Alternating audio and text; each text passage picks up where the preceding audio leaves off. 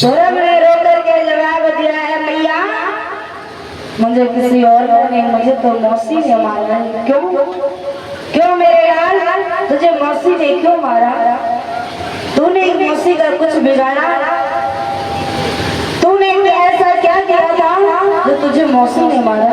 जवाब दिया, मैया मैं और उत्तम भैया दोनों खेलते खेलते पिता के दरबार में पहुंच गया, और जब पिता के दरबार में पहुंचा तो जैसे ही पिताजी ने मुझे देखा एकदम से मुझे गोदी में उठा लिया, और गोदी में उठा करके मुझे लाड प्यार करने लगे। इतने में मैया सुरची आई और मौसी सुरची ने मेरे गाल में जोर से तमाचा दिया, और जैसे ही तमाचा मारा मैं रोने लगा, लेकिन मैया पिताजी ने कुछ नहीं कहा, वो बैठे बैठे चुपचाप देखते रहे। उन्होंने हमें बचाया भी नहीं, और मौसी ने ये हमसे कहा है, मैया कि अगर तुझे पिता की गोदी में बैठना है तो जाकर के भगवान का भजन कर, और अगले जन्म में जब तू जन्म लेगा ना तो मेरी कोख से आकर के जन्म लेना, तब तुझे पिता की गोदी में बैठने के लिए मिलेगा। और ये तेरे पिता नहीं है।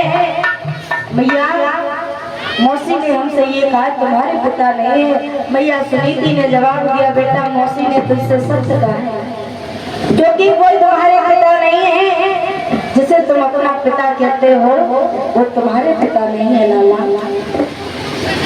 धर्म ने जवाब दिया, मैया वो मेरे पिता नहीं है तो मेरे पिता कहाँ है?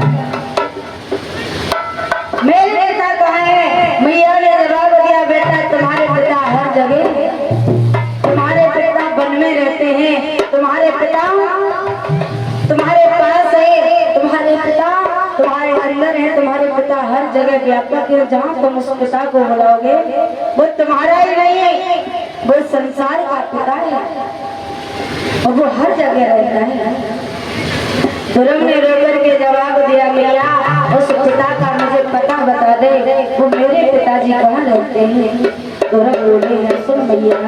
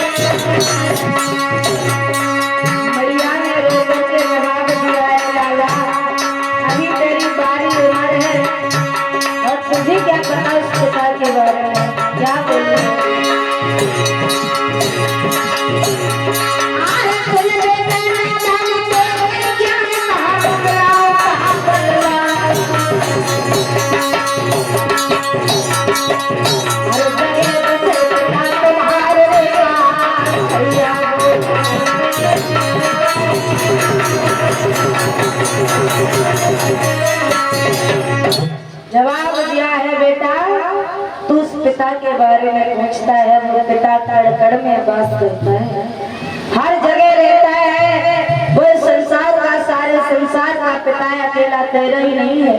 जवाब दिया मैया उस पिता का पता बता दे, हम उस पिता की गोदी में बैठना चाहते हैं, हम उस पिता की गोदी में बैठना चाहते हैं, उस पिता का बड़ा पता बता दे। मैया ने जवाब दिया बेटा वो पिता तेरा वन में भी रहता है, अगर तू उस पिता की तपस्या करेगा, उस पिता का भजन करेगा, तो तेरे पिता तुझे अपनी गोदी में अवश्य।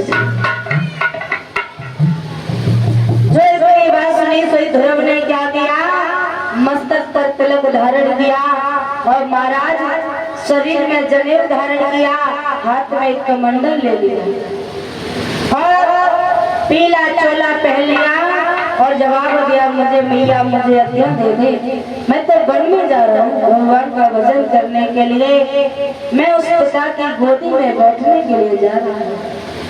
जैसे ये कहा तो मैया सुनी थी रोने लगी और जवाब दिया बेटा तू पागल हो गया, अरे तू पागल हो गया, तेरी बारिश से उम्र 5 वर्ष की आयु और तू पिता का भजन करने जा रहा है, तुझे पता भजन कैसे किया जाता है, जरा सा बड़ा तो हो जा, उसके बाद जाना। ध्रुव ने जवाब दिया नहीं भैया मैं तो जाऊंगा, मैं तो उस परम पिता परमेश्वर की गोदी में बैठ करके ही मानूंगा, मुझे जाने की आज्ञा दे। तो मैया समझाने लगी और जवाब दिया मेरे लाल